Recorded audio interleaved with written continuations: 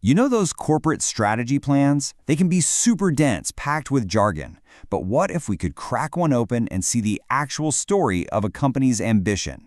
Well, in this explainer, that's exactly what we're going to do. So, let's start with the big question. How does a company actually build its future?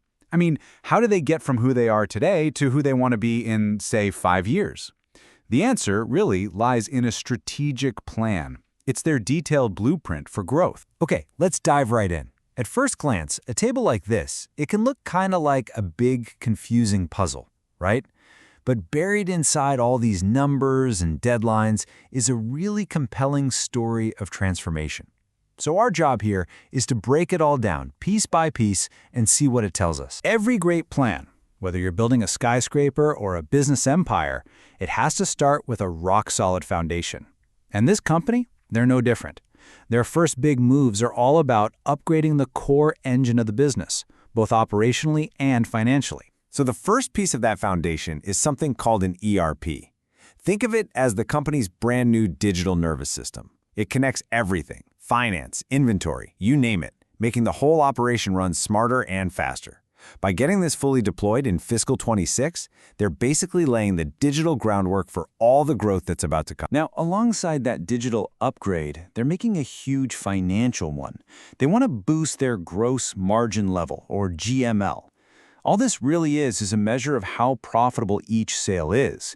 And by targeting a whopping 80–85% margin, they're making sure their main business is incredibly healthy before they even start thinking about major expansion. Smart, right? Okay, so once you've got that strong, super profitable foundation locked in, what's next?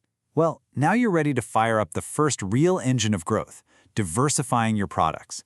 This is all about looking beyond what you currently sell to create totally new streams of revenue. And you can see that plan taking shape right here. By fiscal 27, the goal isn't to replace their core business, not at all. It's to add to it.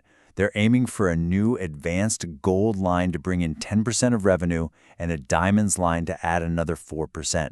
It's a really calculated move to bring in new kinds of customers and, not have all their eggs in one basket. So you've got cool new products. What's the next logical step? You got to take them to new customers in new places. This next part of the plan is all about expansion, about taking the company from being just a domestic player to a real contender on the global stage. And here's just how ambitious that is. By fiscal 27, they want exports to make up a full 20% of their sales. Now that is a huge leap. It signals a serious push into international markets. I mean, it's one thing to sell more in your own backyard. It's a whole other ballgame to build a global brand. But all of this, it brings up a really critical question. Hold on a second. If you're going to sell more products in more countries, how on earth do you actually make it all? This kind of growth just isn't possible, unless you have the physical factory power to back it up. And the answer comes down to this one single powerful number.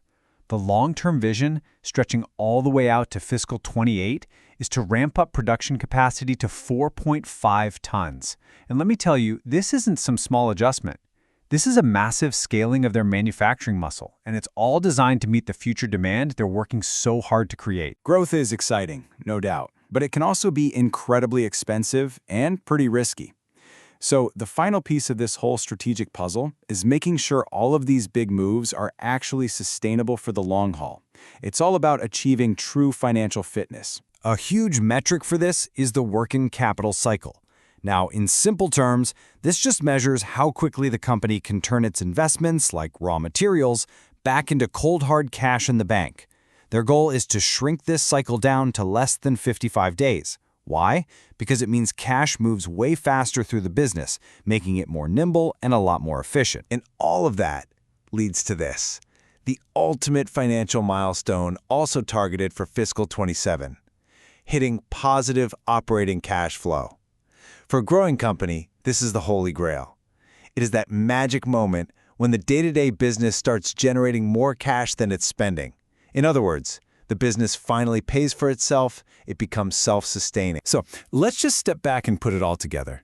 This timeline, it shows the entire journey. You see how it starts in 26, building that strong digital and financial foundation. That strength then enables the huge push in 27, with new products and global sales, all while getting the finances in tip-top shape. And the whole thing is supported by that long-term plan to ramp up capacity by 28. See how it all connects? It's a really smart, interconnected strategy. The blueprint is clear, it's logical, and it's definitely ambitious. But a plan on paper is one thing.